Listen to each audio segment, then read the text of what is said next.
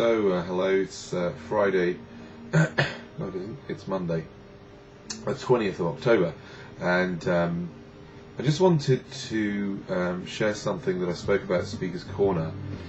So I was speaking about some of the challenges that seem to be apparent on the planet at the moment, and what to do about them.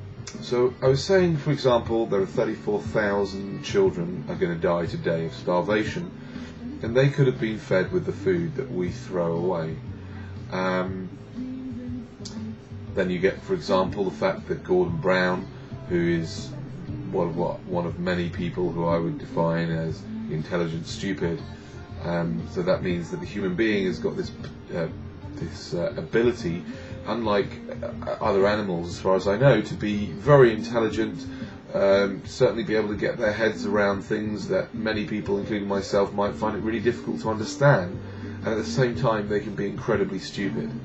So, Gordon Brown can be so stupid as to be unaware of what he's doing by trying to bring in a 42-day arrest without charge. Basically, that means that anybody can be arrested. I could be arrested quite easily if somebody decided that I was some sort of terrorist threat. So, or they can just make that up and then come in and take you away. So you've got that going on. You've got the fact that the world's top 1% in terms of wealth own 40% of the world's resources. You've got the fact that the world's 3 richest people together are worth more than the world's 1 billion poorest people. You've got the idea that there are wars upon wars going on, and there are millions of people being maimed and killed in the name of God, in the name of land, in the name of oil. And it goes on and on, and of course I'm sure many of you are aware of all the challenges that we are experiencing on the planet. The idea that the Amazon's being cut down, possibility of global warming, what's going on with the banks, all these things. And so there you have it, and the question is, what do we do about it? How do we look at it? How do we approach this? And I think that we are entering a new era, an era of understanding that that religion, the way it's evolved, or maybe evolved is a bit of a generous way of describing it, but the way religion has seemed to have developed is that it has become this body of things to do to keep God happy. But so many religions are about this, and instead these religions have within them lots of truth, and the truths really that are useful are what I would call the universal spiritual principles, principles which, if taught, help people how to navigate life. And one of these principles is a very interesting principle which is dealt with in Tai Chi. I don't know if any of you guys have ever learned Tai Chi. I've learned a tiny amount of it.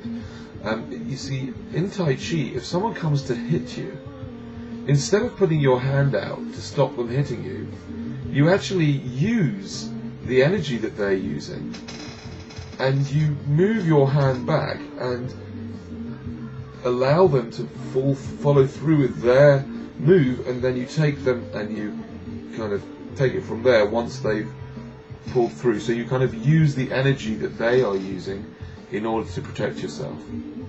And this is connected to a universal spiritual principle. And I'm not saying that I completely understand this principle. I'm not saying that this principle is always applicable, but it's something that is going around out there, and it's doing the round in the spiritual world. And it's a simple 4-word sentence, and it's like this: it's what you resist persists. What you resist persists.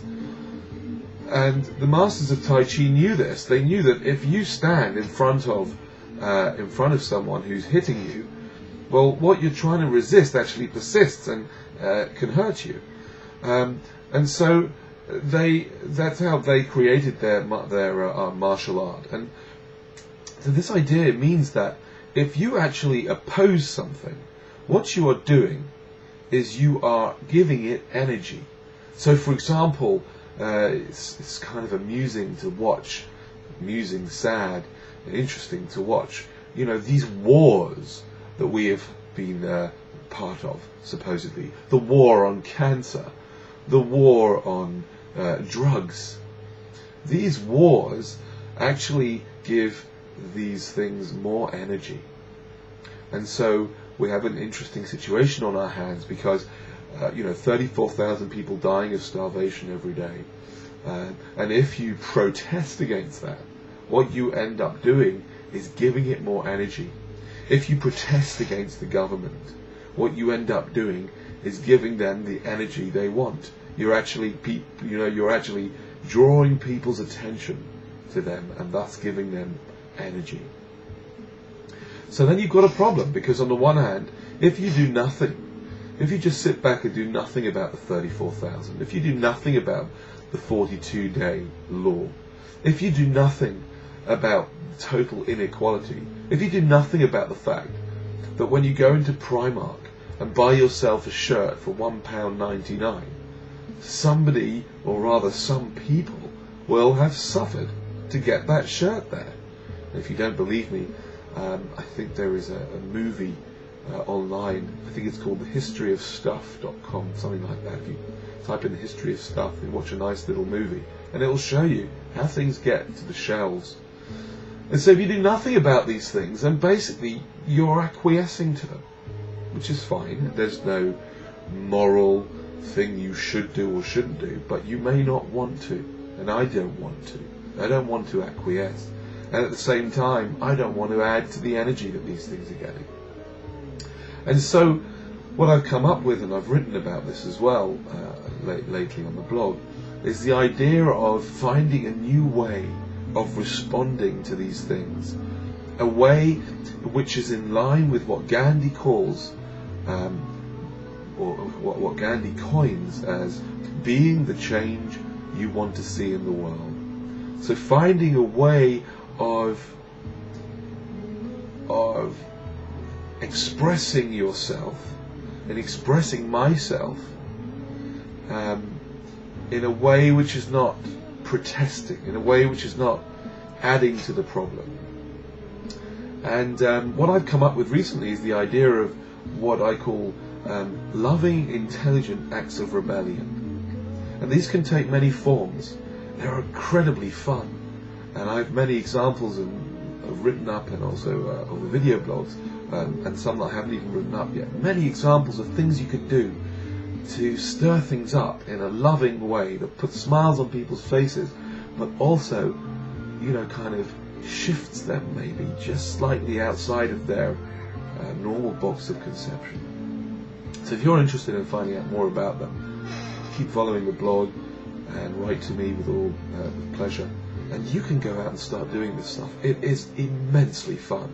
It's not going to be fun for everyone, but certainly, for example, for young people who are still, it's amazing when I talk to young people at the Speaker's Corner on the streets, they're still fresh, they're still awake, they still haven't been completely lost in this jungle of conditioning. So if you're interested in finding out what you can do, please do contact me, get in touch with me, and have a fantastic day, and goodbye.